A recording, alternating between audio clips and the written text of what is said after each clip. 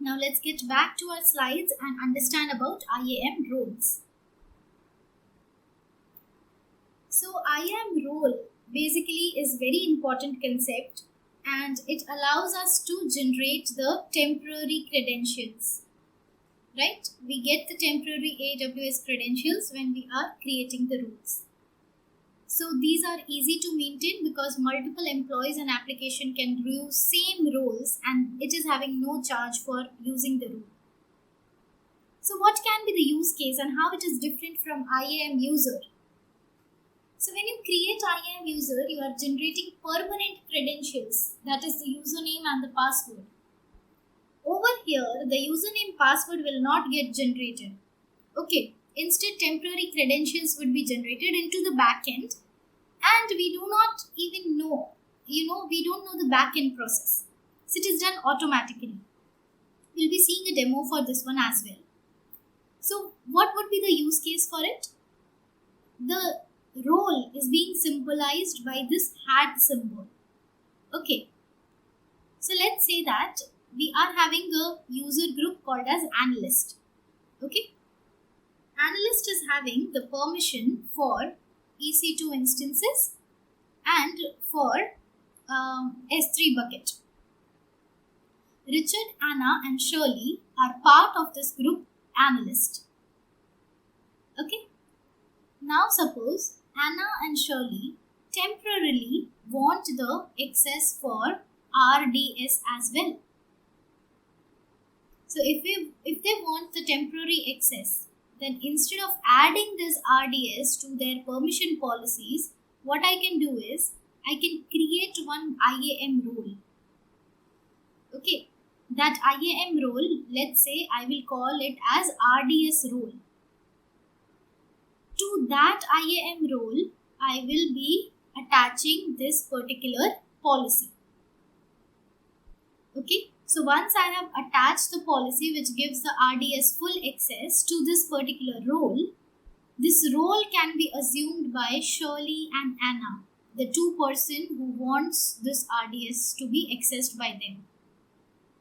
Okay, so Anna and Shirley can assume this role, and they would then also be having the access to RDS. One important point to notice over here is when Anna and Shirley are assuming this IAM, this RDS role, okay, then what will happen?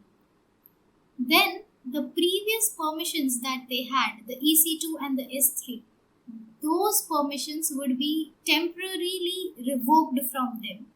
Okay, revoked as in they would just be accessing RDS. When they are assuming the role of RDS role, they would just be accessing the services which are being mentioned into the policy of the role.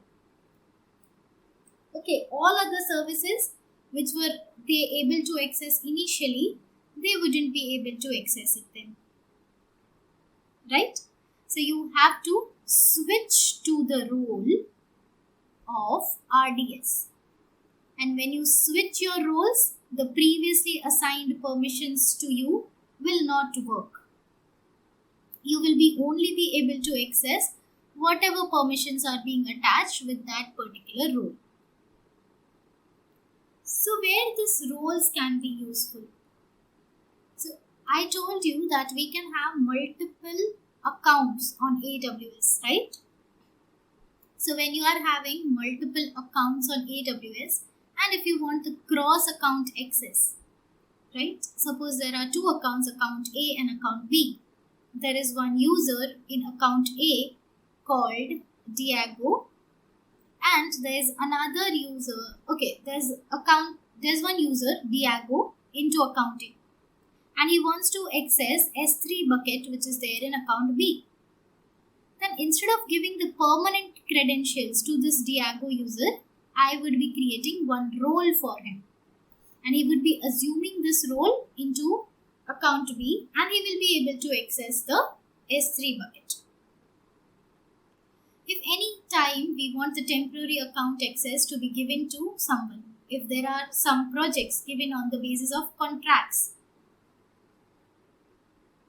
then we would be creating the role for that contractor Carlos. Instead of giving him the permanent credential, I'll be creating a role, attaching the required permission to that particular role policy, and that role can be assumed by Carlos for accessing AWS resources. If you want to give the least privilege policy, so Diego is having permission for RDS or say for DynamoDB. Okay, he is having the permission for DynamoDB for reading and writing to DynamoDB. He does not have permission for deleting it.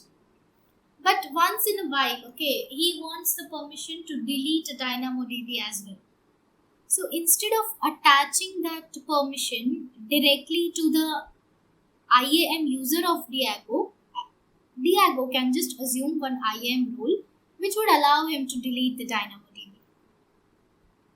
Right?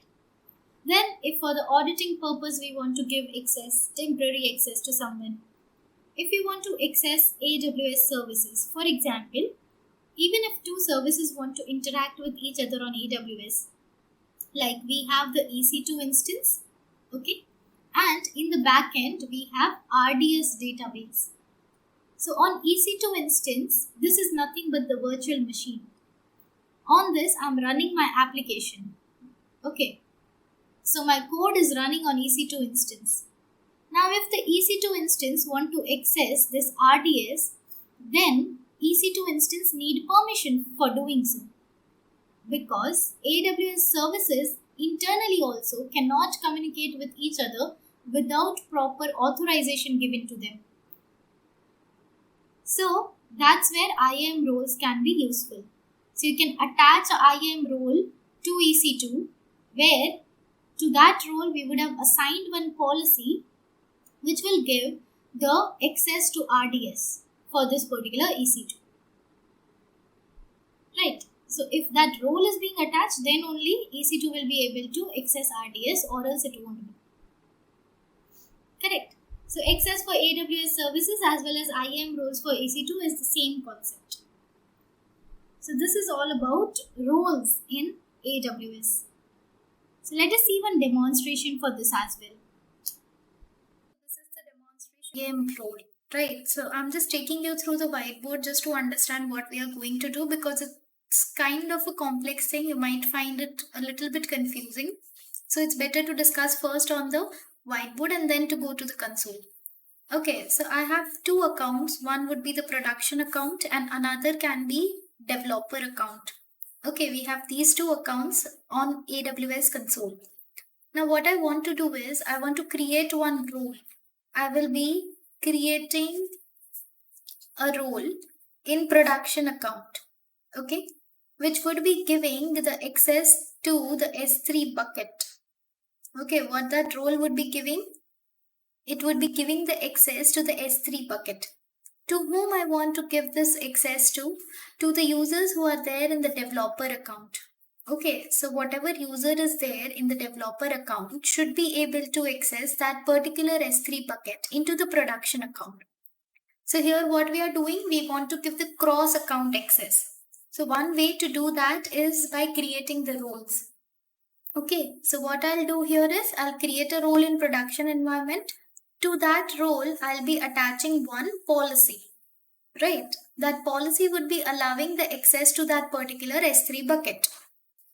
And here in the developer account, what I'll do is I'll be attaching a policy to this user, which will allow this user to assume the role. Okay, which role he would be assuming? The role which is there in this production account.